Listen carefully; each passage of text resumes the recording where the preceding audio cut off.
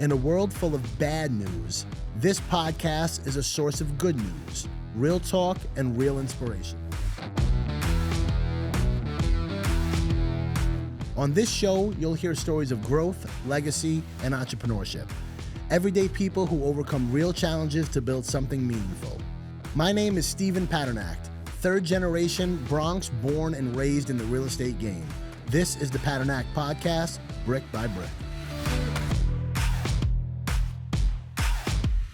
Today's episode is about grit, faith, and breaking barriers. Our guest, the Honorable Joaquin Orellana, went from growing up in the Bronx public housing to making history as the first elected male Ecuadorian judge in New York. His journey weaves through loss, perseverance, and purpose. From dreams of being an artist to nearly joining the police force to ultimately finding his calling in the courtroom. This story is about staying rooted in community, led by conviction and lifted by faith. Let's get into it. So, you hear an introduction like that. What does it make you feel? It makes me feel great, although I have a minor correction for you. Don't forget my Puerto Rican side. I can hear my mother saying, "What about me?" right now. So, I like to say I'm Boricua. Boricua. So your family is part from Puerto Rico and part from Ecuador? My dad's from Ecuador. He's from Vinces, what they call Paris Chiquito. Okay. Right? Small Paris or little Paris in Ecuador. And my mother's from Juncos, Puerto Rico, which is like the mountainy area. It's very close to the rainforest. So they're both from those areas, and they met in New York, and well. So your parents were already here when they met. My parents were already here. My father actually he came from Ecuador, I think around the Vietnam War. Okay. And he actually, when he came, he actually went to California, because in Ecuador, right, all you hear is about California, the beaches and all the things, Hollywood, Beverly Hills. Yeah. And his first experience was, he had told me, rest in peace, Pops, when he first went to California, he went into a diner, and he was hungry, and they told him, "We don't serve Mexicans." Oh. And my father, being, the jokester that he is, he said, "Well, thank God I'm not Mexican." Right? That's a good one. And he did not like the discrimination he faced in California, so he said, "You know what? I'm going to New York." So he came to New York. That's not a small trip for him to go from California to New York. No. Was he here by himself at that point? Yeah, my father, he actually was the first one from my Ecuadorian side to come to the States. Okay, and your mom came from Puerto Rico? Yes. And when more or less? Well, she was a little girl. My grandmother, when she came to Puerto Rico, she moved to El Barrio in Harlem. Yep, Spanish Harlem. And my grandmother was there for 60-some-odd years, and she passed away living in Spanish Harlem. She would not leave that neighborhood. She loved Spanish Harlem. She knew all the people, the neighbors. Everyone knew her. So, and when my mother became an adult, and, eventually we ended up in the South Bronx. Okay. Which is where I grew up. But, every summer we would go to Spanish Harlem to visit my grandmother, and it was like its own little world. Yeah. We would go to the building next door, and we'd knock on the first floor on the window, and we'd ask for these little ices for like 25 cents, and there'd be a lady there serving it, and she'd give it to you out of the window. Here's your quarter. Those were my summers. I remember the ices too. Cocoa, cherry, pineapple. Yeah, right. They were going around in a little cart. Yeah. Oh no, these are a little different. These were Puerto Rican ices. They're called limbel. Okay. So these are made like and put in a refrigerator. I'm sorry, in an ice box, I guess. Okay.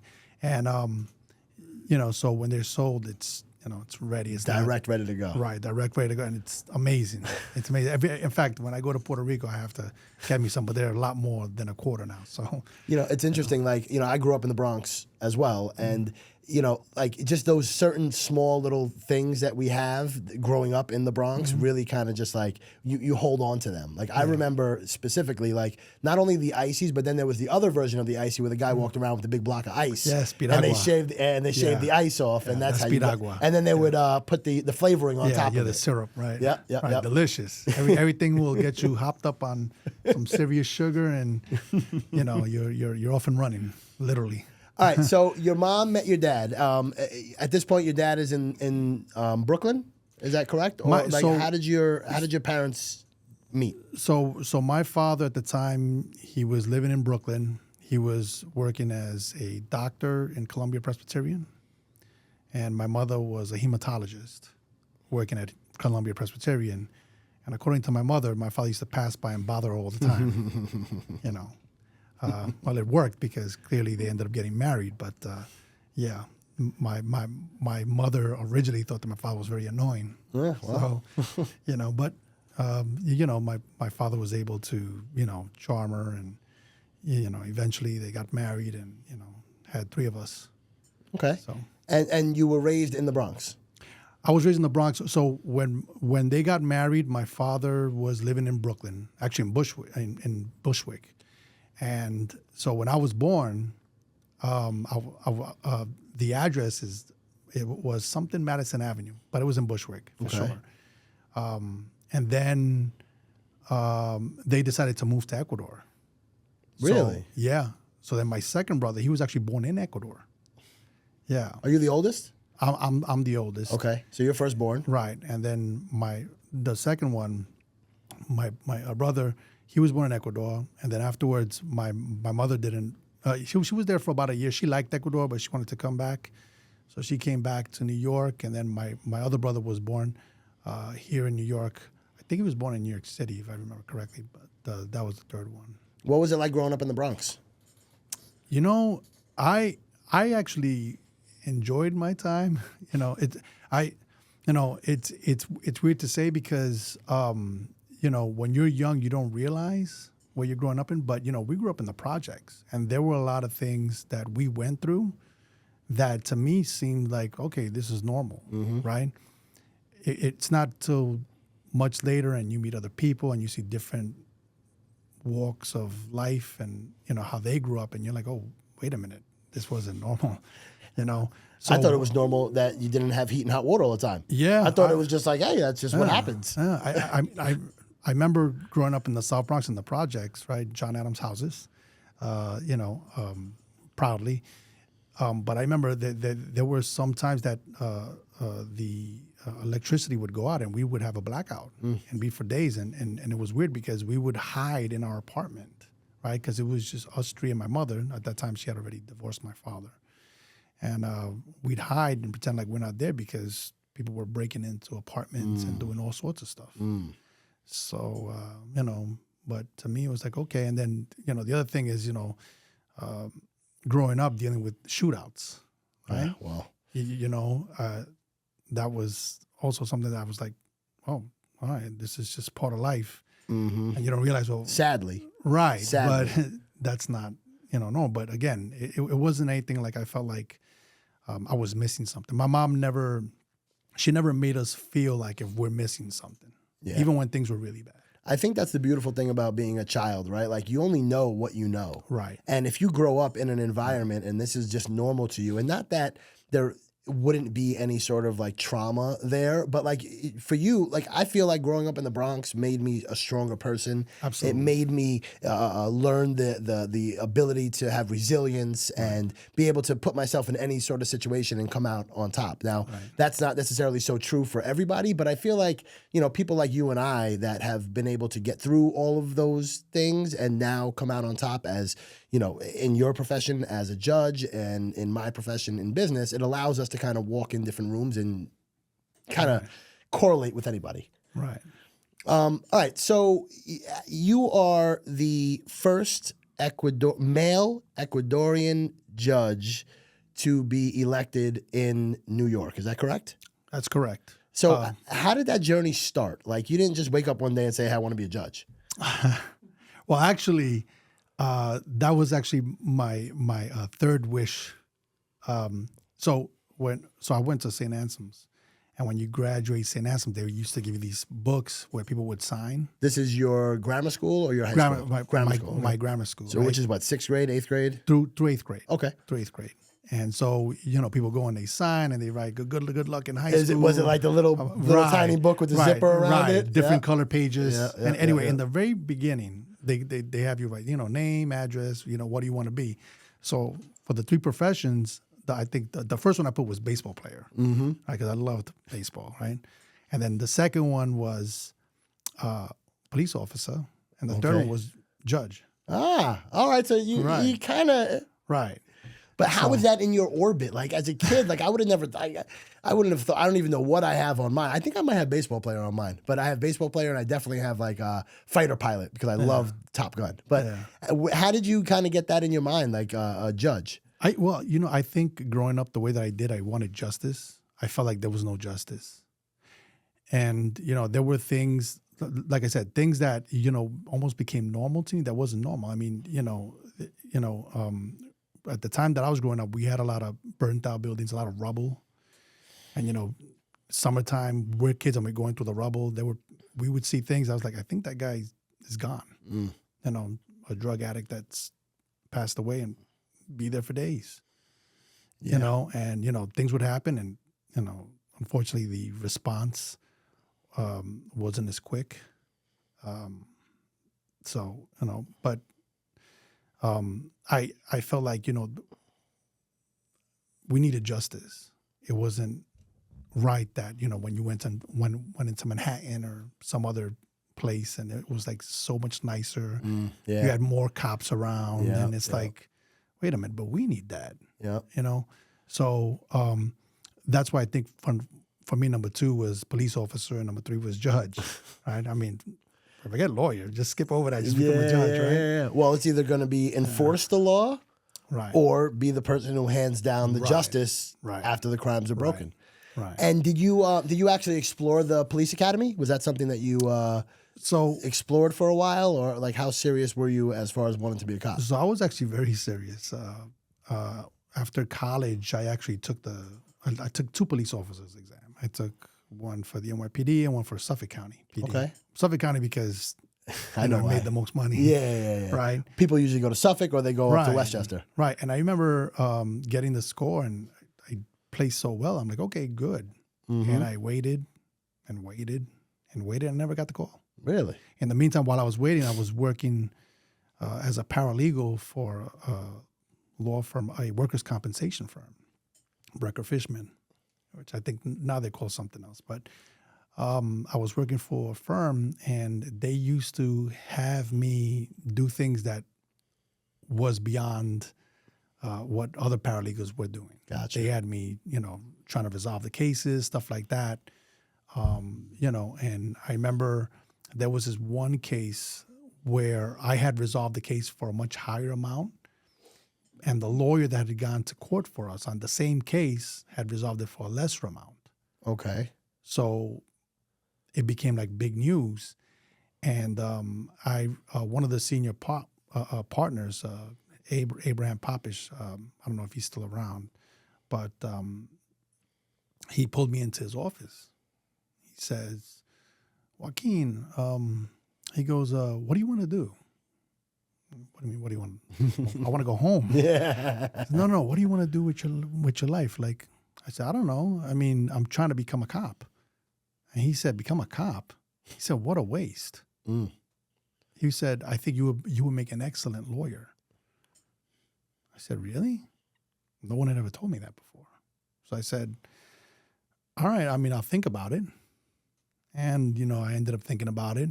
And, I told my dad. My dad was always pushing me to become a doctor, right?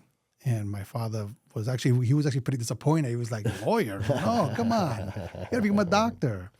I said, Father, I think I want to be a lawyer, And he said, okay, take the LSAT and see where we go from there. Yep. I took the LSAT and, I ended up applying to school late, but I ended up getting in and I did well in the LSAT. And I was like, wow, this is really a possibility. Right. So it's interesting. The police never, the NYPD and the Suffolk County PD never called me, never reached out to me, right? And,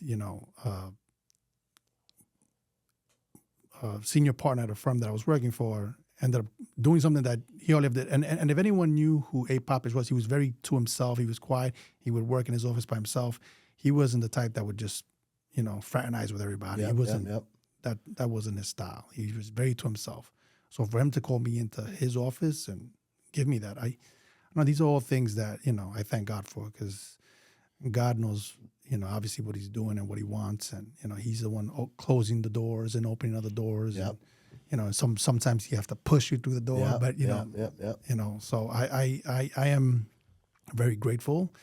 And, sometimes when I'm at these events and I'm with other lawyers and these fancy attorneys and other, folks that, I'm like thinking to myself, I'm like, oh, wow, I got to pinch myself because I'm just a kid from the South Bronx. I'm just a kid from the projects. I don't belong here. That's an awesome story, man. Right. So you at that time when you were working in the workers' comp company as a paralegal, because somebody doesn't just apply for a paralegal job. Like, how did you even, you know what I mean? Like, how old were you at this time? I was a little older because I actually had dropped out of college to take care of my son. Okay. So I was working a bunch of jobs, and then I realized that working 3 jobs, earning minimum wage, which at the time was $4.25. That's how far back I go. But it's $4.25. It wasn't getting anything paid. So I ended up, what I decided to do after a few years, I went back to my father and I said, Pops, I want to go back to college. But I need your help.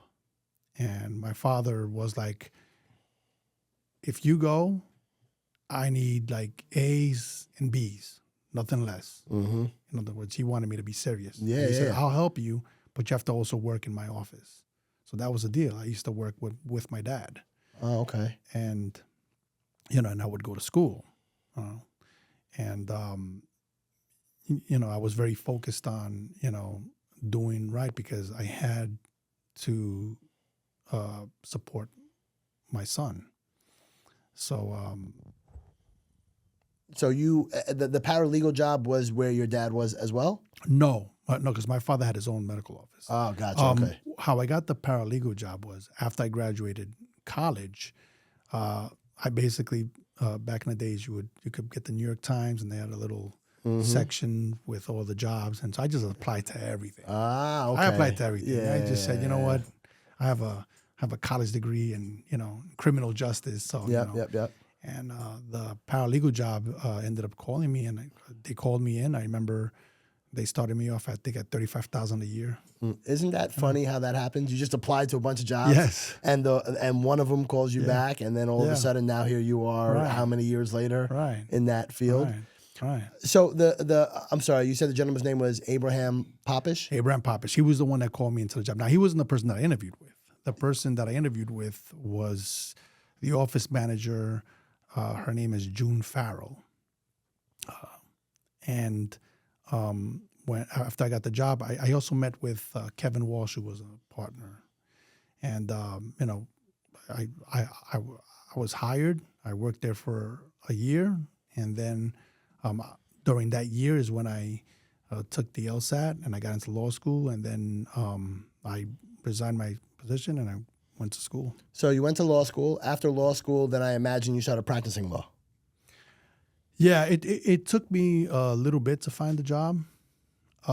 After graduating law school? After graduating law school, it took me about almost a year and a half. Really? Is that normal? Well, I'll put it this way. I think that sometimes stereotypes are everywhere. And when I was in law school, I did pretty well. I was actually in law review, which is like a very high honor. You have to have a certain grade. Law review. Law review, right? Yep. So that's kind of like where you review cases and you publish them, and also people are submitting articles too for you to review. Okay. So for you to make law review, I mean, you have to really do very well. It's almost like the honors program, I guess. Right. The honors program right. in law school. It's the top thing that you can do in law school. And where were you practicing? Where were you in law school? Where'd you go? I went to Toro Law. Toro Law. Okay. Right. So That's in the Bronx. right. No, That's not. that's in Suffolk County. Ah, okay. So I used to drive an hour and a half in the morning, an hour and a half back. Wow. And when I went to law school, I was working also 3 jobs. So there were a lot of times that while I was in law school, it didn't make any sense for me to drive back home because if I drove back home, I'd have to drive right back. So a lot of times I would just sleep in my car. Wow. You know, because I had to still feed my children. Yeah. Right? I mean, feed my son. Actually, feed my 2 kids because at the time I had two kids, and do all the work and law review as well. Law review, you get after your first year. I was, near the top of my class, and for law review, there's also writing competition. So I competed and I got in. Yep. So you have to have good grades to be eligible to compete, and then when you compete, then they'll select you, and from there. So I was doing law review and working at the same time. So you're in law school, you're in law review, you're also entering these competitions, and you're also working various jobs, Right, and being a father. Right. Wow. So So you had a pretty busy schedule. very busy schedule, and it's interesting because I think back, I'm like, how did I do it? But you have to be very dedicated. If you want something in life, show me your discipline. Yeah. I need to see your discipline. Yep. Because if your discipline isn't there, then you don't really want it. I wasn't going to go in there and just have a good time, and Well, I wasn't going to do that with college either. I was serious. When I went to my father and told him I wanted to go back to school, I meant it, and it was a serious thing for me because I had my sons that were depending on me, so I was fighting for them and for me, of course, so I couldn't just, go to the parties or anything like that. No, I had to work. I had to, study, and, when it came to law school, I remember opening up the first case and trying to read it. It was like Greek to me, Yeah, like you're reading a different language. It was a different ride. Legalese. What is legalese? Yeah. So we had something called a Black's Law Dictionary Okay. that defined the words, right? All the legalese that was in there, right? All the different phrases and Right. And then I had that. Then I had a regular dictionary to define Those the Black's words. Law Dictionary. Yeah. And then I had a thesaurus to help me with the regular dictionary. Yeah. Because I went in there talking like, "Yo, what up?" This is a kid from the Bronx. Right. Yeah. Someone told me consideration. Well, I know what consideration means, but I don't know what the legal version of consideration is, right? Yeah. So it's like, wait a minute, there's different words here, or it's like Words have different meanings. right? It's very and very odd language, that. So I had to really learn this, and I remember my very first case took me like 4 hours, and I had a little notebook with me, and I'd write down what every word meant in my understanding of it. Yep. And after a while, I was able to pick it up, and to the point where I didn't need it anymore. Yep. And all right, so I just want to go back to just pivot a little bit to your first job as a lawyer. Oh. It took you about a year and a half to get there. Right. So what kind of law were you practicing? So my first job was actually a 2-month temp job.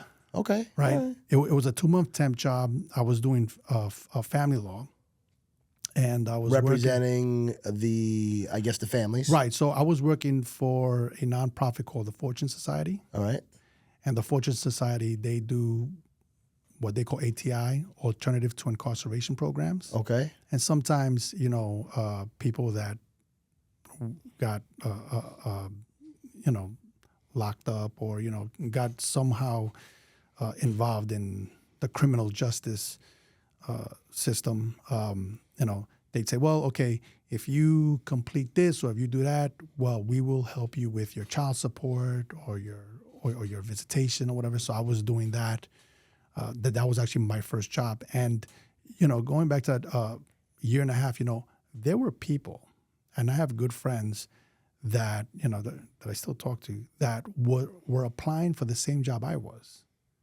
They didn't have law review, didn't have any of that, but they got the call back. Really? And I didn't. I'm like, well, wait a minute. My qualifications are a lot better, but they didn't want me. Different names, maybe. Right. So, to me, I just, I saw it and I just I was about to say it's something to lock in because like in your brain, you're like, wow, like is it this or is it not? But you end up going into it with the chip on your shoulder. Right. And in fact, it's one of the firms before I got that job, one of the firms that called me in, when I walked in, the attorney tells me, oh, you're nothing like what I expected. I said, well, what do you mean by that? He goes, no, I'm just saying you don't look the way that I thought you were going to look. That's crazy.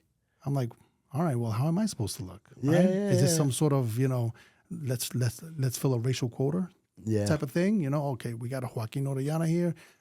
Okay, we have a one person of color.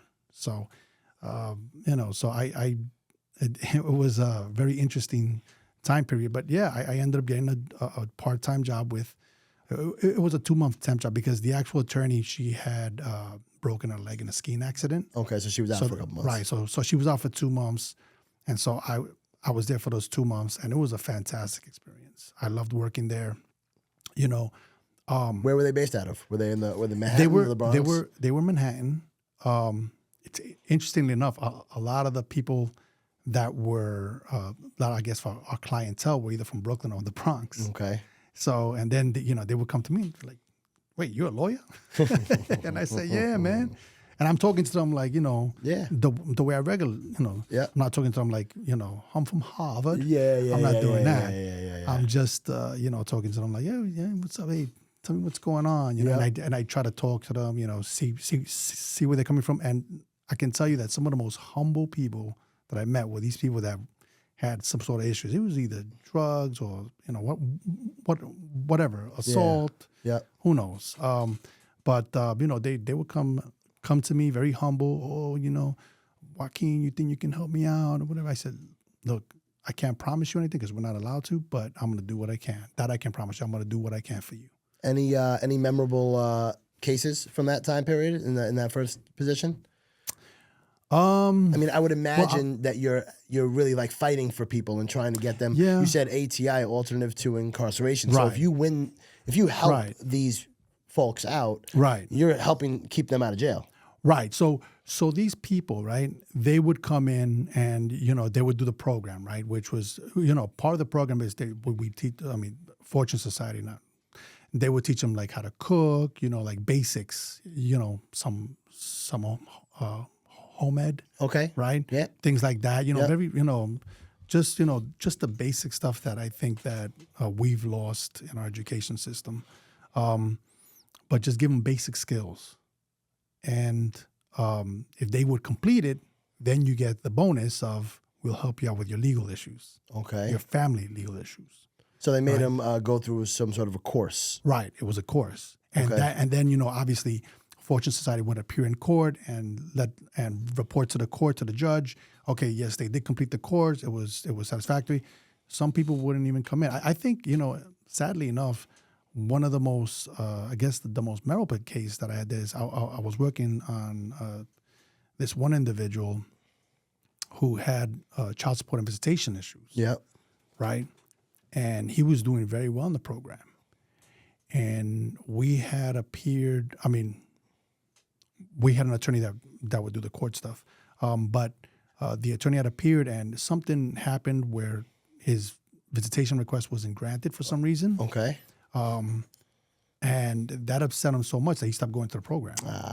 And then now we had to, the Fortune had to report it, but try to ask, hey, let's give this guy another chance because it's just one of these things, Yeah. So, but that's, even though it wasn't a success, that's one of the more memorable ones. It's definitely work that, I felt like I really gave back, and it was very fulfilling. And where did your journey lead you next after that position? So from there, obviously it was a 2-month temp job. From there, I kept applying to jobs, and I ended up going to a solo practitioner. Okay. Who was very nice, very smart man, by the name of Justino Garcia. Okay. And this guy was as we say, soup to nuts guy. And so he really showed me everything from drafting a complaint and looking at the elements of a claim and, trying to satisfy with all the facts that we're being told, or the alleged facts that we're being told. What kind of law did he practice? So he actually did 2 things. He did personal injury, and he also did adoptions. Oh, okay. Right. All right. Right. So it was interesting. I only did the personal injury side of it. Was he on the personal injury side of the plaintiffs? Plaintiff. Okay. So he was the guy that was suing. Yes. Okay. Right. So So he's representing the small guy. Right. So The he's little representing, guy. and he was a little guy himself because all he right. was a solo practitioner. Okay. He Of course. Yeah. We were in a big firm, so and I started working with him. And he showed me everything from, how to draft a complaint, to motions and stuff like that. And, he, literally I think like the second or third day I was going to court. Mm-hmm. Yeah. And, it's... You really learn fast. Right. Interestingly you really enough, learn fast. the first judge that I appeared before is actually my colleague now. Ah. Yes, she's my colleague. So, and when I became when I became a court attorney in the years later, I told her. Of course, she didn't remember, but she was like, "Oh, okay," But I was like, you were the first person I ever appeared before. It's interesting the things that we remember. Right. Right? Like for you sitting on the bench, right? You've got so many people that are coming in front of you, you don't remember. But for them, if it's their first case, like they're you're impactful for them. Right. Right. And these experiences that I had were very, very important to where I'm at today, because I know that when people walk in, a lot of them are nervous. Court is scary. Of course, yeah. Especially if you've never been there. Right. And, sometimes depending on how they are, I try to, make them relax. Either, I say something funny or, whatever, or, just calm down. It's okay. Tell me the story. Yeah. Tell me what's going on. Yeah, yeah. Right? Yeah, yeah. And try to have a very relaxed courtroom. Some people come in very angry, and obviously have to control it, because the thing is that if you don't control it, you have a whole room full of people that's watching that. Yeah, of course. And you can't allow one apple to spoil, because then, if you don't deal with that one spoiled apple, all the other ones are going to spoil. Yeah, I can tell you that I've been in plenty of courtrooms, mostly, through like landlord-tenant or, mostly landlord-tenant or maybe civil. And you walk in and it's kind of like, it gets you every time. You walk in, it's like you watch TV all the time and you see a courtroom and you walk in and you're like, oh, all right, here's the judge. Judge is coming in. You got to make sure yes, Your Honor. No, Your Honor. So like I could definitely see it. And especially for somebody, I would imagine that has never walked into a courtroom before. But I would say that I bet it probably helps when somebody walks in and sees somebody who looks like them, talks like them. So walk me through your I guess your journey into becoming a judge, because you're practicing law now, and then all of a sudden how do you catapult into becoming wanting to become a judge? Well, I think even though like in 8th grade I had put that I wanted to be a judge, I never thought it was possible.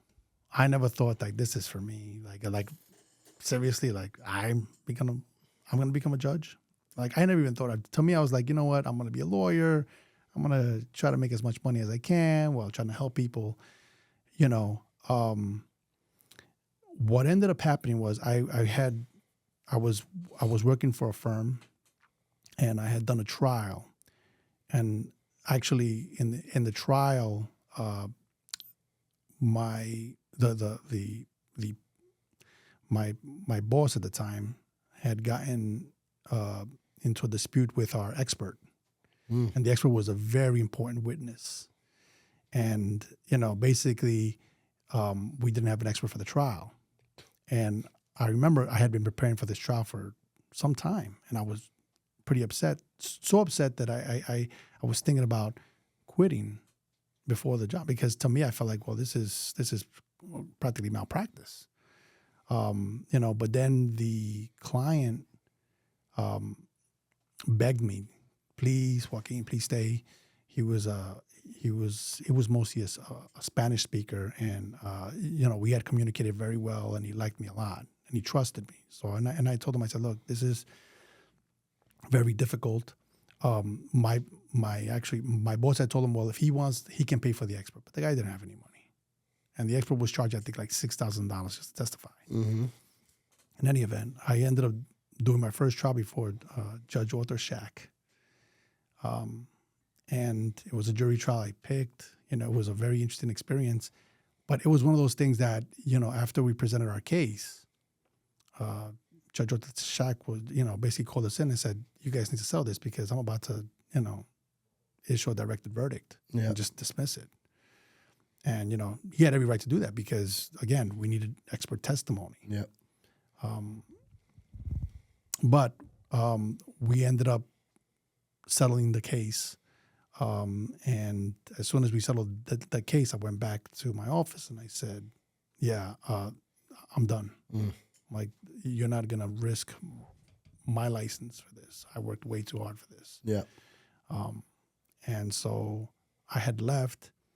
And after I had left, a good friend of mine by the name of Paul King, fantastic attorney too, a good friend of mine, he's my brother. We actually went to law school together. Oh, okay. Right. He's also from the Bronx. We were the two Bronx kids. Out in Long Island. Right. And right. Coming from the Bronx to Long Island. Yeah, right. Yeah. He's from Castle Hill. And so, he had told me, well, hey, I have a friend who's a judge that needed a court attorney. Right. Okay. I said, I just left this job, and I said, you know what? Tell me more about the job. He said, well, it's a 4-month temp job. I said, okay, I'll do the 4-month temp while I think about what I'm going to do next. Yeah. Right. So I got in. I met Judge Patty Pitt. Amazing human being. This is civil court? This is, no, actually, she was criminal court. And what exactly does a court attorney do for a judge? Well, we usually will do mostly research and writing. Depending on what court you're in, you can also conference cases. Okay. Right? You try to resolve the cases too.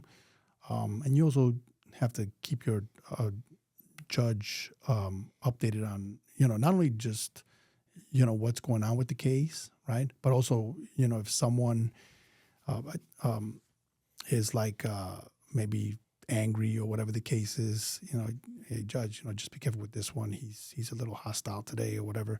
And also let them know what's been discussed, and if there's any legal issues that. So it's kind of like a judge internship to a degree, right? Like I think the best way to explain a court attorney position is to say that you're the judge's lawyer. Okay. Right. All right. And so you were writing also the proposed decisions because you're doing research and writing. Wow, I thought judges do that. Some judges do that. I thought judges do that. Some judges do write their own decisions, but we help. And then usually you would discuss it with the judge and say, like my court attorney will come to me and say, Judge, this is the issue in this motion. This is the way I think we should go about it, and this is why. Well, I would imagine that to be very helpful because it gives the judge sort of a different set of eyes on it, right, and a different perspective. Right, it does. That's actually, whoever came up with the judicial system knew what they were doing. Right, that's important. I never even knew that existed. Right, and like it's very helpful because if you're getting all these motions, right. Well, the judge is on the bench. So who's writing the decisions? Yeah. Right. Yeah. And so, but you have to discuss it with your judge. Which way do you think we should go? And it's what the case law says. Usually, the judge knows what the case law says anyway. Of course, yeah. But wants you to see if you know it. Yep. Right? And the motions that are coming in front of a judge are like motion to dismiss, motion to summary judgment, right? Whatever it may be. So those are coming from the two sides, the attorneys, asking the judge for some sort of relief, or some sort of permission to do something, or basically saying, "Hey, let's do this," and then hoping the judge will either grant it or not grant it. Right. Or like I said, like summary judgment, where they say, "Hey, listen, we don't even need to go to trial. This is everything. This is all evidence. Right? There are no what we say issues of facts to go to trial. Let us get the judgment right now." Okay. Gotcha. Right. So that's one like a side final might decision. say, "Hey, listen, judge, here's a motion for a summary judgment." Right. And the judge can make a decision to say, "You know what? You're right. Let's just make a judgment right now." Right. And the other side would say, "No, that's not all the facts." Right. And then you have to decide. Right. And you're using the court attorney to be a buffer, so to say, and to kind of give you those facts and say, "Hey, so what do you think about this?" Right. So you know, the court attorney will review it. I mean, usually what I do in my chambers, right? What I do is like the more simpler motions, I'll let my court attorney take care of those because I feel like as a judge, my job is to help my court attorney grow and possibly become the next judge. Yep. Right? That's like my responsibility to him. Yep. So I'm not gonna give him something that's just gonna, like a huge curve, and it's just gonna take him like 3-4 months, and he just really can't figure it out. So the more difficult motions, more complex motions, I'll take those. All the trial stuff, obviously, I'm doing the trials. Yep. So I'll write those decisions. But stuff like a motion to vacate a default judgment. You know what? Those are usually pretty simple. Yep. They're very fact specific, and also with whatever the law says, whichever way they're trying to move under whatever statute, then that's something that he can handle this. Gotcha. Right. Gotcha. And sometimes he'll come to me and say, Judge, this person said this and that, but didn't include this or that. I'm like, which way do you want to go about it? Gotcha. Well, that's super insightful. All right. So you are the court attorney on a temp job for 4 months. Right. And so in criminal court. In criminal court with Judge Bahati Pitt. And this is right after you were working in the malpractice. When I was outside in private practice. Gotcha. Right? So And now it was personal injury. So now you're back to where? Is this the Bronx? You're in the Bronx criminal? Oh yeah, I'm in the Bronx. Bronx criminal Oh court. yeah, I was living in the Bronx. Oh yeah, gotcha. I'm a Bronx guy. Gotcha. So So you're Bronx criminal court, and you're the court attorney for Judge Bahati Pitt. Okay. Who would become my mentor. There you go. She is amazing. Is she still sitting on the bench? Yeah, she's actually in the appellate division. Ah, okay. So she is brilliant. She is such a good judge, and I learned so much from her. And a lot of what she taught me, I took with me. Because I'm like, this is how a judge is supposed to be. Yeah. So I owe her a lot. And I always give her credit, and she always says, "Stop, Joaquin." She's like, "Stop doing that," But I love her so much, and I have so much reverence for her that sometimes when I do like something that I'm like some sort of boob, I'm like, oh God, I've got to tell her.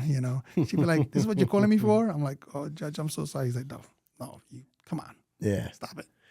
So you're there. So you're there for 4 months. So actually, I was there for 4 months. When I got in, the first thing I learned was there's a big difference between litigation and adjudication. Okay, walk me through that.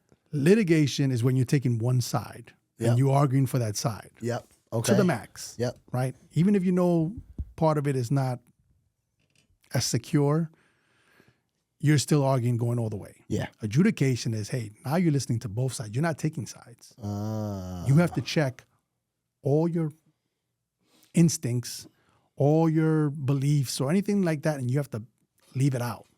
And it's just the facts as presented or as alleged and the law. That's it. And you try to apply them. and see where it goes. I would imagine that's a huge difference, right? Because like if you're representing one side, if you're my client and I'm like, all right, cool, so I'm going to represent you and I'm looking for every single way that I could get the law to work underneath the statute of law, and now all of a sudden switch that mentality to say, okay, I see your side, I see your side, this is where I think we should now land. Right. So, you have this huge responsibility. Yeah. Now it's a huge responsibility. Yeah. And at the time, I went in there thinking this is just a job.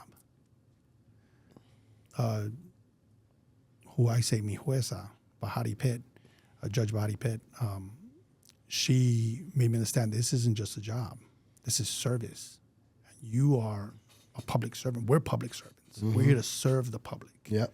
And we have to do our jobs correctly. Well, because what's the old expression? Tell it to the judge. Right. Right? Like the judge is supposed to be the one that's impartial and there to see justice. Right. So how do you serve the public? Well, if you're a court attorney, you better look at every case and make sure that you know what you're about to decide, what you're about to put before your judge. Yeah, yeah. Right? Really understand, and sometimes the statute isn't clear. I mean, I had this one case where this individual got caught up with a certain type of knife. It was a work knife and was charged with carrying a knife. I looked at the statute, and the statute spoke about different types of knives, but they didn't really deal with that type of knife. Okay. So what do you do as a court attorney? You got to go back to the legislative history. See, what was the concern when the legislature was trying to come up with this law? And why didn't they specifically say this type of knife? Well, obviously their focus is on, public safety. Yeah. Right? They don't want someone carrying a knife that can be used against someone. Obviously, someone that's using it for work, that's not really the type of knife for that. So, and so we have to make a decision. Of course, after I did all my research, I would go back to my judge. Judge, this is the motion. This is what it says. This is the way I'd like to go, and this is why. And Judge Bahati Pitt, she trusted me so much that she was like, okay, let's go that way. Interesting. Right. And like now as a judge, I do the same thing with my court attorney. Yeah. And sometimes I'm like, well, I don't know. Well, you got to give pushback that they're learning. Right. But, and so what I'll do is, even though I may have the answer, I'll ask them questions. Well, what do you think that is? Yeah. Or why, what does this case really say? Yeah. Really take a look at it again. Yeah. Because my job is to try to teach him. I want him to grow, right? He's my family now, right? He's coming from my chambers. Yeah. Right? I'm from the Bahati Pitt chambers. Yeah. Right? So whatever I do as a judge, I reflect her. For the rest of your career. Well, yes, I reflect her. I mean, I also had two other judges that I was with, but she's my main judge especially because she's my mentor. Yeah. Right? So she's the main one, right? But while I was working for her, I loved the job so much. I was like, oh my God, this is like a perfect fit. So I said, you know what? I want to be a court attorney. Okay. So I tried to find a way to get in, and she got a 2-month extension on her line. So I was actually with her for 6 months before I had to go. The good thing is that, we ended up staying in contact, and I got another court attorney job for another judge. Okay. But we always remained in contact. If there was some sort of issue or whatever, I'd go to her. But like big stuff. Yeah. Because I'm not, she has her own. Yeah, for sure. Things to do and time constraints. So, So I knew that I wanted to be in there, and what I realized as a court attorney was, you know what? It's good that I have so much of an effect, but especially when I went with my second judge and my third judge, where I went to civil court, and now I'm conferencing cases. I'm like, well, wait a minute, there's so much more I could do. I could become a judge. And like I said, my mentor, Bahati Pitt, pretty much helped me to see what it is that I have to do To become a judge. Right, So- that's being part of the community. So you were a court attorney for how many years, or how long were you a court attorney for? I was court attorney for about 6 years. Okay. All right. So between your first position and the 10th position, and then other judges in civil court. Right. So 6 years as a court attorney. Pretty much. You wake up one day or did you wait for the right opportunity? How does it work? Like, how does somebody decide? Because correct me if I'm wrong. To become a judge, you have to be elected. That's what we said. You were the first elected. You can be elected or appointed. Okay. I went the elected route. All right. I went the elected route. I was putting in my time. Did a position open up that you had that you were like? How does it work? Well, so if you go the elected route, there are some years that there's seats. What we say seats. When judges retire. Right. Well, it could be retiring, could be a judge moving up. Okay. But a seat will become, or it could be one where like the legislature gave an additional or 2 additional seats. Like recently, I think last year they gave 3 seats to the Bronx. Mm-hmm. Okay. Right. And county will pick a candidate. Right. You have to go through a process. Basically like a screening process, and if you qualify, then you become a candidate. And you have to also put in your time. You have to show that you're a community person. Yeah. And so that's what we say. You have to be part of the community, and you have to be involved. It's not you just don't go with a hat in hand, not having served the community. Not like, of course. Like who are you? Of course. No, you want to go to events. You want to serve people. Because again, it's a public service job. Yes. Right. So you went the elected route. Right. So a seat opened up, I guess. A seat on the bench opened up. Right. So a seat opens up, and then you go to county to see if they'll support you. If you can get the nomination, you say, look, these are all the things that I've done. For those of the listeners that don't know what you mean when you say county. The Bronx Democrats. The Bronx Democratic Party. That's why because I'm a Democrat. Okay. Right. If you were a Republican, you would go to the Republicans. Okay. So you go to the Bronx Democratic Party. Right. And you say, hey, I want to become a judge. Right. Well, there's a judicial screening process first. Okay. You have to apply for it. Right. And then after you apply, then that's when you try to meet with people, try to get support. Okay. Right. And just say, look, these are all the things that I've done. This is how I can serve.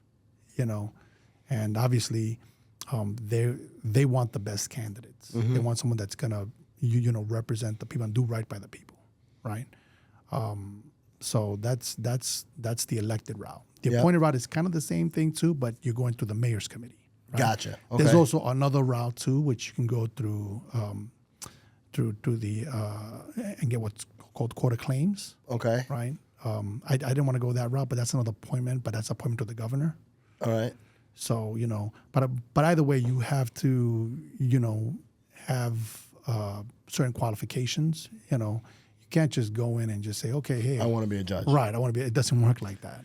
So you decided that you wanted to take a seat on the bench. You go to the Bronx Dems and you say, hey, I want to apply to become a judge. They obviously screened you, and then they decided to support you. Is that and then? Well, no. Well, you first applied through the judicial screening process. Okay. Right before you even go to meet with anyone. Understood. And then, if you're found qualified, then you can try to get support.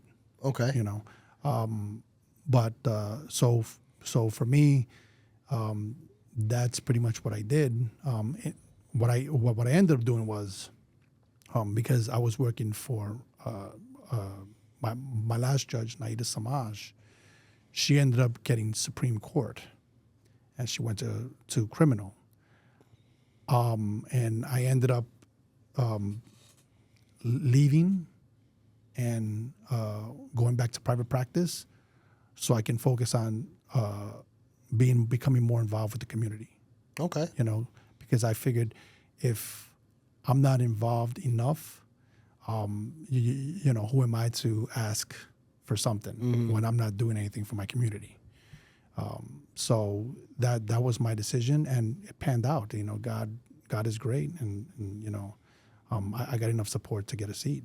And so what is it like? You get a phone call, you get a letter in the mail. Like, how is it that you find out that you've got the judgeship? You you get that call saying, okay, we're selecting you this year. How'd that feel? It was like you just, there's nothing like it. It's such an amazing thing, and you just thank God, and thank God for the people that He put in your life, and for giving you this opportunity. Because at the end of the day, it's if you don't have God giving you these opportunities and opening up doors and doing all these things, you're not going anywhere. Yeah, yeah. I can imagine. Like, how long have you been a judge now? I'm almost finished with my second year. I've been a judge for a year and I'm in my 10th month. Okay, so going on 2 years. Right. I can imagine like getting that call and just being like, wow, all these years I've worked, all the people that didn't call me back, all of the traveling back and forth to Suffolk County, managing 3 jobs, raising kids, going here, being a court-appointed attorney, going back into private practice, walking out of that job, all led up to this moment here to get this phone call. Right. And like the feeling that you must have had. It was such an amazing feeling, especially because if you think about it, right? We're not here forever. No, not at all. Right? Not at all. But while we're here, we want to do something significant that's going to impact lives. And the way that I treat a case, it could be something that monetarily is a very small case. Maybe it's for $40 or $100, whatever. But for that individual, it's everything. Yeah. You're impacting lives. This is the difference between the person coming back feeling like they got some sort of justice, or the person going back home and just saying, this judiciary is, there's no justice, or whatever, and having a bad day, and then it just carries on that sort of energy, and so you come in with that responsibility. I feel like most people just want judges to be fair. That's the most important. Yes, they want absolutely. a judge that's going to be fair. Absolutely. Because, listen, again, I've been in enough courtrooms where the judges are not necessarily so fair, and it seems like they're biased, or it seems like they're having a bad day and they're just like nasty behind the bench, or whatever the case may be. And it's like, wait a second, like, I know for you probably have seen 10, 15 cases today. You're probably tired. Who knows what's going on at home? But I'm here pleading my case, and it means a lot to me. Like, just be fair and give me a shot. And if you don't get that, you're right. Like, you feel like you've been wait, and skews your entire viewpoint of the justice system and every judge. Right. Well, judges are human too. Oh yeah, I get it. So, I know. And humans carry personal biases and beliefs and things like that, which as a good, I believe as a good judge, you checked all of that in the door. Yeah, it's all about what's proven and how you apply the law to the facts. And sometimes, the individual doesn't have a case, and you try to explain it to them, So I had this one case where someone's brother, this lady, her brother had passed. Okay. And the girlfriend of the brother at the funeral tells her, hey, I'm going to help you out with some of these bills. Girlfriend of the brother. Okay. Right. Well, fast forward a few months, she never helped out with the bills of the funeral, with any of the funeral expenses. So, the sister brings her into court. And on what grounds? Right. But, without turning the court into a therapy, you're listening, and I could, you have to be very sensitive, of course, and you lost her brother, right? Yeah. You want to hear them out, and I could tell that these two women were just hurting over the loss, and so I took the time and I told the sister, I said, well, here's the thing. Contract requires something called consideration, like I said before. Yeah. Okay. In other words, someone is going to do something in exchange for something else. Yep. Okay? And while she said she will help you out with the bills, in passing or whatever, however you took it, what was she getting back in return? So even though she never gave you the money, there was no contract to breach. Yep. But with that said, You know, I could see that you're both some wonderful lady, and this individual was someone that was very dear and a good individual. And, you know, I would hate for him in his passing to look down and say, wow, why is my girlfriend and my sister fighting? Mm-hmm. For what?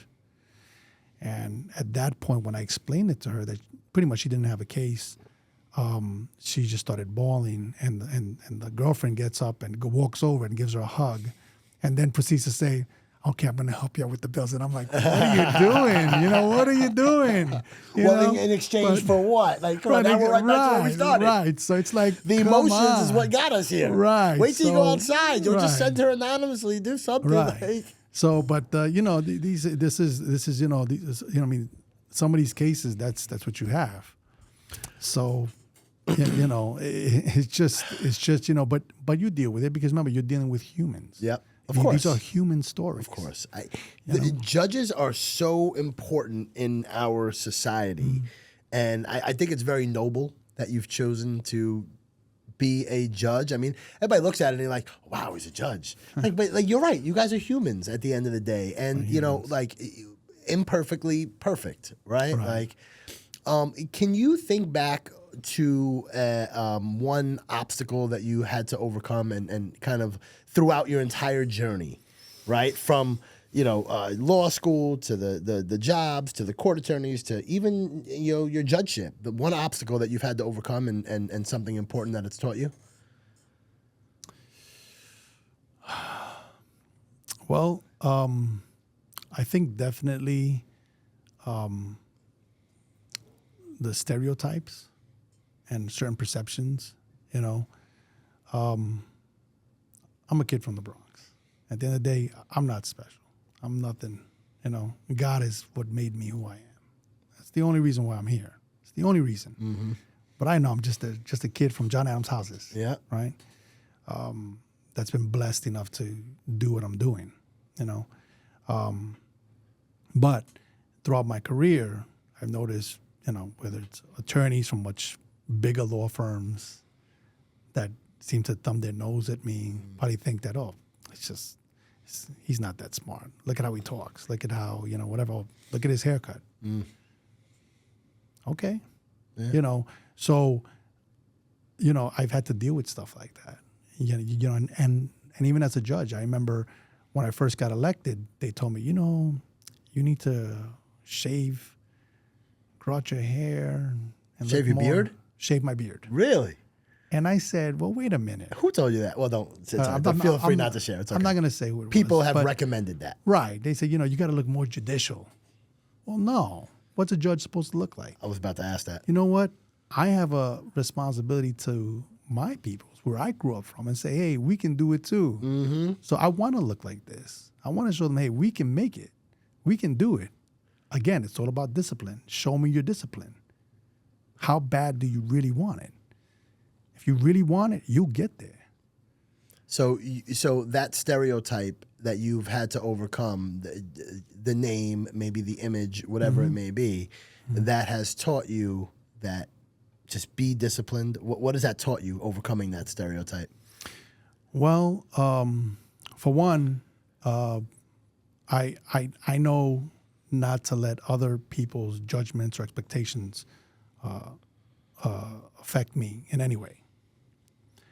I never allowed anyone, I don't care how big, what big white shoe law firm you're coming from, you know, I'm not going to get intimidated, because the most important thing is that you know who you are. I know who I am. And who I am someone that's blessed by God. You cannot bring me down. Only God can. Only God says when it's time. Yep. Okay? So I never allowed any of that to stop me, you know, because if you do, then what's next, right? I applied to 10, 15 jobs, and then I don't get no callback, so I just give up. I'm not going to do that.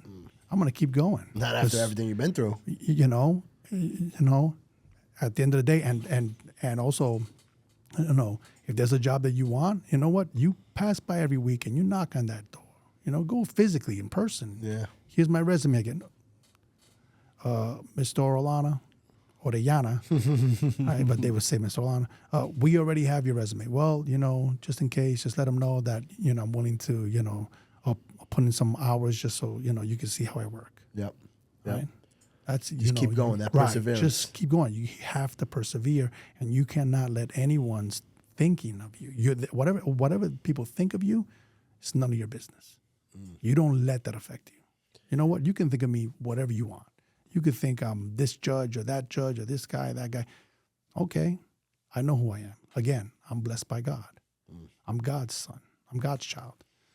What do you tell the 10-year-old kid in the projects? What is it? John Adams projects? John Adams houses. John Adams houses. J projects. What do you tell him when he says, you know what, my future is in this neighborhood, and I'm only going to be a drug dealer, or I'm only going to be maybe, whatever I see growing up every day? Well, I before asking him anything, I would ask him, I'd probably ask him why. Why do you think that low of yourself? Maybe that's all he's ever seen, and he just doesn't even know that there's opportunities like that he's seen a judge that looked like you, that looked like him. Right. Well, if that's all you want, and that's a really low bar, right? You can't land among the stars if you're not aiming for the moon. So, I would ask him, certain questions. Ask him, why? Why do you think that's, whatever? Do you think that's good? Is that being of service? Is that being true to you? Is that being true to your parents, to your mother, to your father, to your family? What would that, because I think when you're asking these questions, you're making them think, before you land with, guess what? You can do it because I came out of this same place.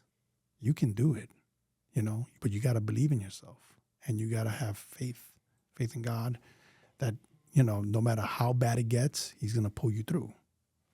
And, and you got to, more than anything as well, discipline. I keep saying discipline. Yeah, discipline is so important.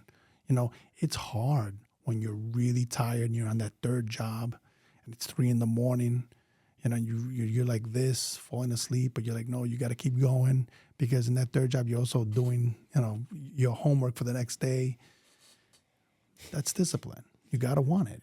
I like your strategy. I like your thought process, where it's like, all right, so let's start asking thought-provoking questions. Right.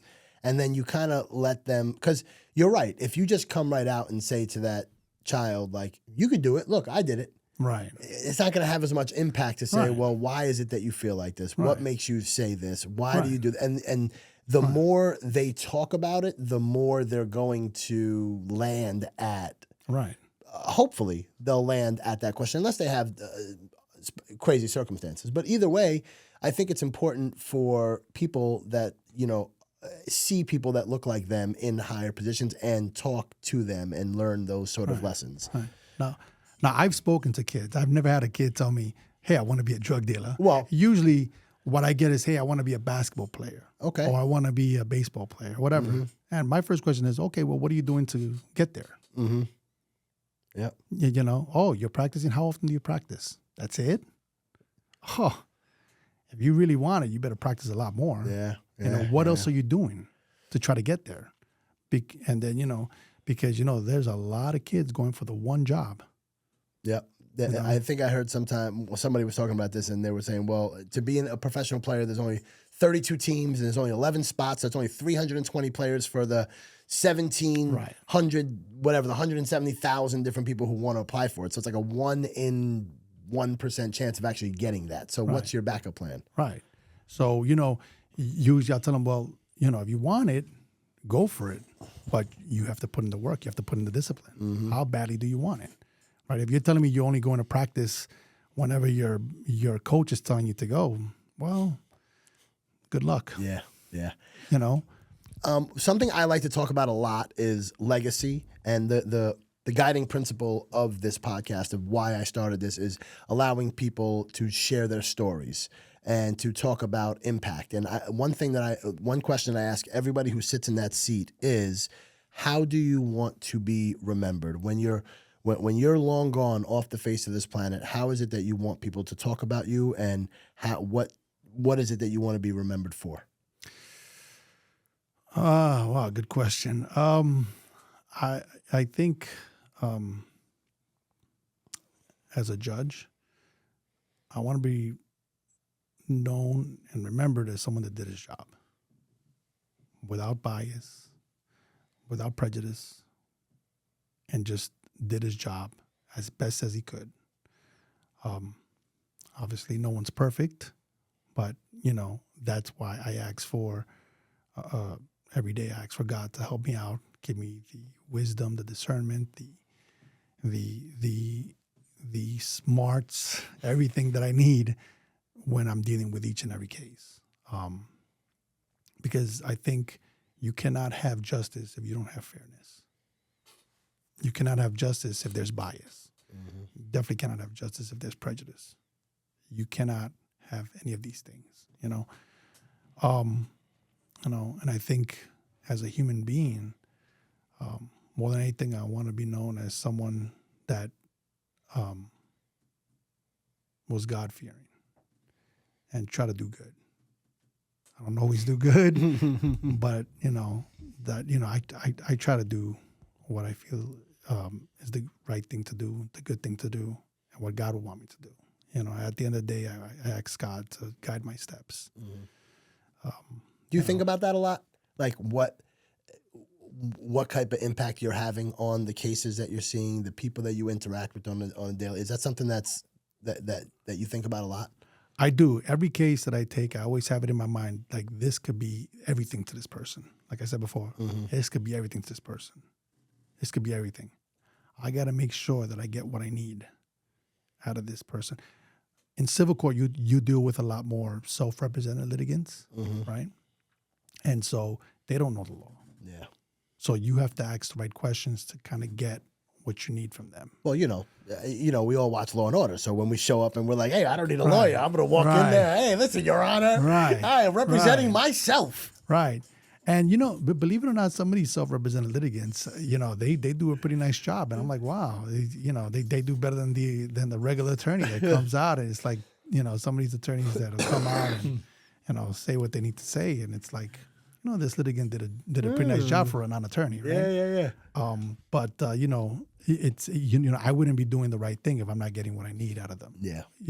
It's not just about, okay, tell me a story, and they're missing a certain element of the claim, and then, okay, is that everything? And then just turn to the other side. Yeah. That's not right.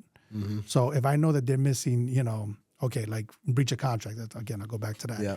They're missing the breach part. Okay, and how did this person, how did the defendant not comply with the contract? Yep. What was the contract? Right. Well, you have to establish the contract first, right? Yeah. And then, okay, well, I went to the store for them to, clean my sweater, and I paid them $80. Okay, sir. So did they clean your sweater? Right. That's the breach part, right? By the way, this was actually a real case, and he said, oh, no, they never cleaned my sweater, and, I have pictures. He shows me the pictures, and I'm looking at the pictures, and I'm like, well, wait a minute. Like, this sweater looks pretty clean, mm-hmm. But I'm like, okay, whatever. And then, you hear from the defendants, and the defendant starts saying things that's like, well, wait a minute, that doesn't sound right. Then you have to make a determination, So you have to make sure that you get all the elements. People bring cases for $80. I have cases that for a lot less than $80. We actually had a case for like $32. That's more. That's more for like principal at that point. So because I'm not taking a day off work for $32. Actually, these are no-fault cases. These are brought by attorneys. Really? No-fault cases, right? No-fault cases. But, it's $32. That's the claim. But, with the attorney's fees, it's a lot more than $32. Let's not get into that aspect of it. Because, but these are, right. But it's a principle thing. And sometimes they'll go all the way. They'll appeal, stuff like that, because there's some sort of ruling that may affect all the other cases. Mm-hmm. You know, You must see some interesting stuff on a day-to-day basis. Yes, I see some very interesting things. What's a day? What's a day in the life like? Are Well, you up early in the morning? Are you playing in the morning? Are you in the gym? Or you go straight to the courthouse? Like, what's a day in the life like? So I usually, when I wake up, first thing you have to thank God. Thank God. Thank you so much for, giving me another day, giving me my health, my sight, my ability to walk, all these beautiful things, giving me my family, and giving me another day. Right? Yep. Then I'll turn on the Bible app, listen to the, Daily scripture? the daily scripture. Okay. Of course, as I start getting ready. Yep. And then usually I'll head out to the gym. I have a partner that I'll go with, right? She's amazing. Okay. And we'll go together. And, we'll hit the gym. I try to hit it for like an hour and a half, 2 hours. All right. Sometimes we don't have time, and then we'll get like a small little breakfast. Okay. Usually I'll get my little protein shake, and, and then I'm off. I go back home, shower, and, head to the guard, try to get on the bench, by 9:30. And then we do our cases, right? And then usually we'll come back. So when you get in at 9:30, you're immediately into trials? Like you have trials set up for that day, or is it? What depends on where you're the court assigned. calendar, right? Right. So whatever the calendar is. Sometimes you have trials. Sometimes you have motions. Sometimes you have conferences. Sometimes you have all of them. Yeah. You can have a mixed bag, depending on where you're sitting. And so you do your cases. If you're lucky enough, you'll finish. So you can have a clear afternoon. And the clear afternoon, you're dealing with whatever motions you brought back, whatever motions that you've been working on, right? Whatever decisions, right? And, you do your writing. Yeah, so you're like paperwork time. Right, it's paperwork time. And you're working with your court attorney, I imagine, at that point? Right, and usually, like for me, because, again, I have a responsibility to my court attorney. And, I want, the best for him. I want him to try to be a good and fair judge. So, I usually bring him with me to the courtroom to conference cases and get experience. He'll come to me. He'll tell me things. He's been doing an excellent job where like he's been selling cases, and I'm like, good job, So and then we'll talk about things. We'll talk about some things that happen. I think we were in small claims recently, and we had this one case where. Funny enough, it was with a real estate agent, right? Okay. And somebody was suing that real estate agent? The real estate agent was actually suing the person that sold their home, right? Okay. Their the person that they sold the home for. Right. Looking for commission? Right, for commission. It was one of those things where like the contract was for 3%. Yeah. And the agent at the close only got paid 2% because the seller was saying, no, that's not what we agreed to, blah, blah, blah, blah. So they came to court. They brought in the contract. Say? The contract clearly says 3%. Yeah. Right? And then I'm speaking to, the home that was being sold, it was by 3 owners. Yeah. And the first thing that one of the owners said, well, not all of us signed it because one of this person didn't sign it. Mm-hmm. And I see that it was like one of these electronic signatures. Yep. And I see it was signed at the same time. Yep. So I asked the person that was claiming that they didn't, that the other homeowner didn't sign it. I said, well, who signed it? Because I see a signature here. I don't know. And I told her, I said, you do realize you're on the oath, right? Mm-hmm. I see. Mm-hmm. There goes your credibility. Yeah. And so eventually she ended up stating, well, I didn't agree to 3%. 2% is fair. Well, it's not about what's fair. It's what's in the contract. Yeah. It's 3%. So anyway, I ended up obviously ruling for the real estate agent. Good job. I gave Let's him go. the 3%. There we go. Which was about $800. There you go. But these are this is one of those cases. And then afterwards, after they leave, my court attorney turns to me and was like, "Can you believe the nerve of her lying to you like this?" Mm-hmm. And I said,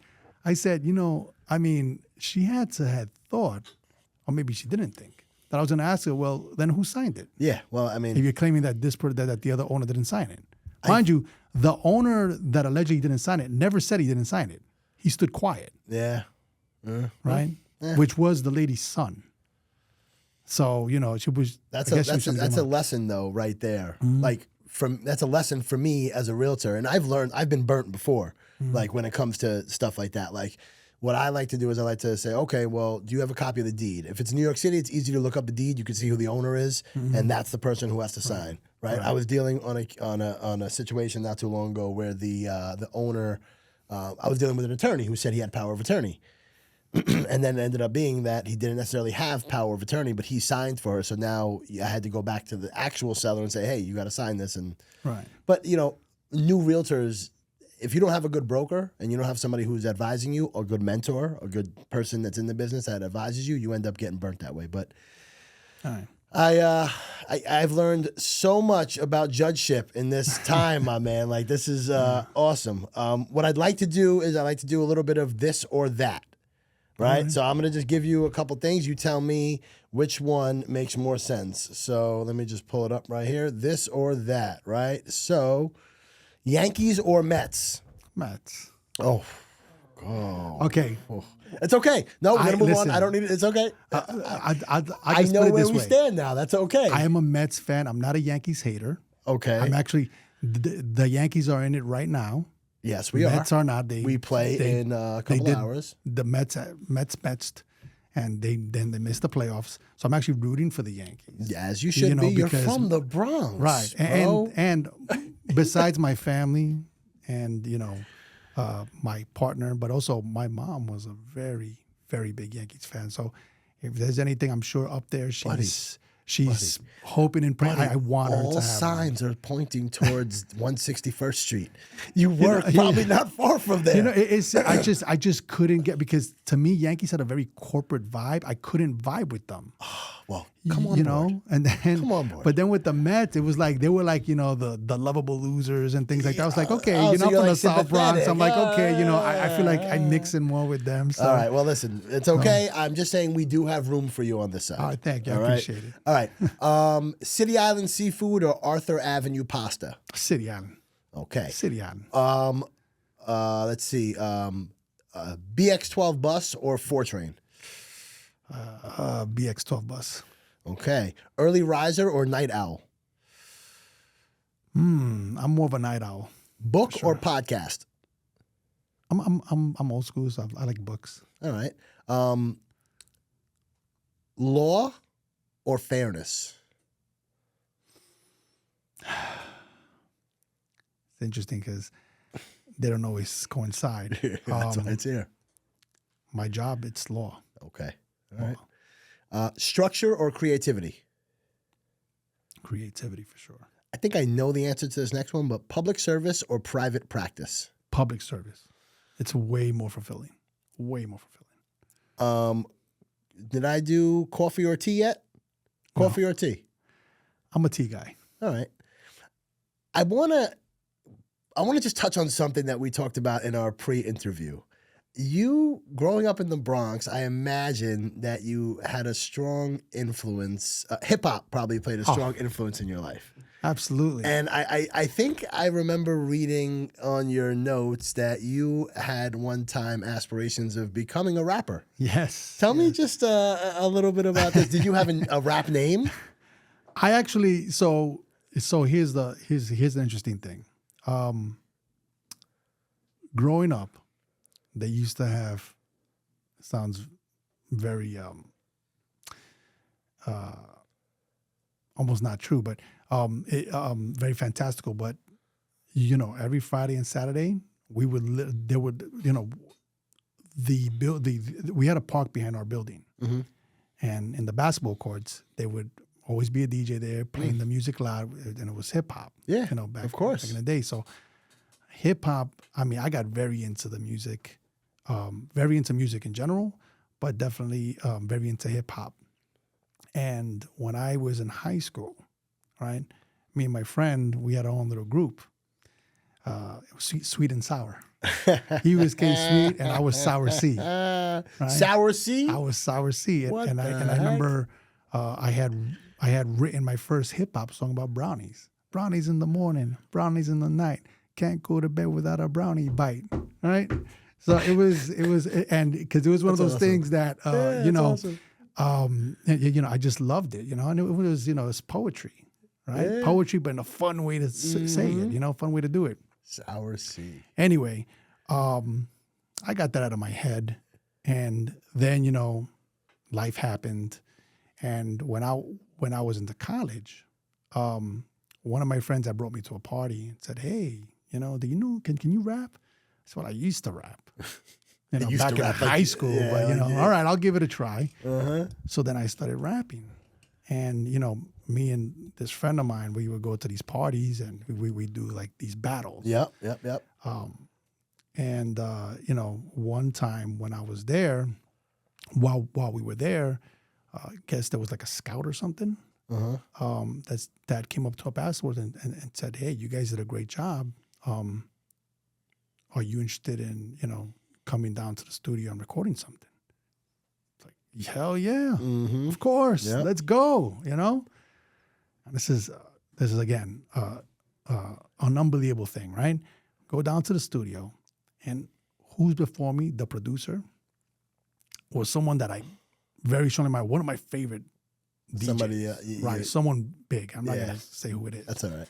And I remember I walked in and I'm like this, awestruck. I stick my hand. I was like, "Oh my God, it's you!" Yeah. Person just gave me a side and said, "He's the wrong color."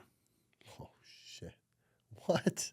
And I was like, it was like I just got smacked in the face. And like, you're how old is this? And boy? I'm like stunned. In college? I want to say, I was in college. 19, this was like 20 years old. I was like maybe like 20 something or my early 20s, and I was just like, huh? The way that it happened, and and then he turns to my friend and says, "Oh, but he'll do." Oh, your friend was, I guess. Yeah, and then I turned to my friend. Well, my friend was Dominican. And I guess he looked the part. I didn't look the part. Yeah. So Another stereotype. Right. And so, I turned to my friend because I'm in shock at this point. I'm like, what? Is someone that's one of my heroes. Yeah. Right? Never meet your heroes, right?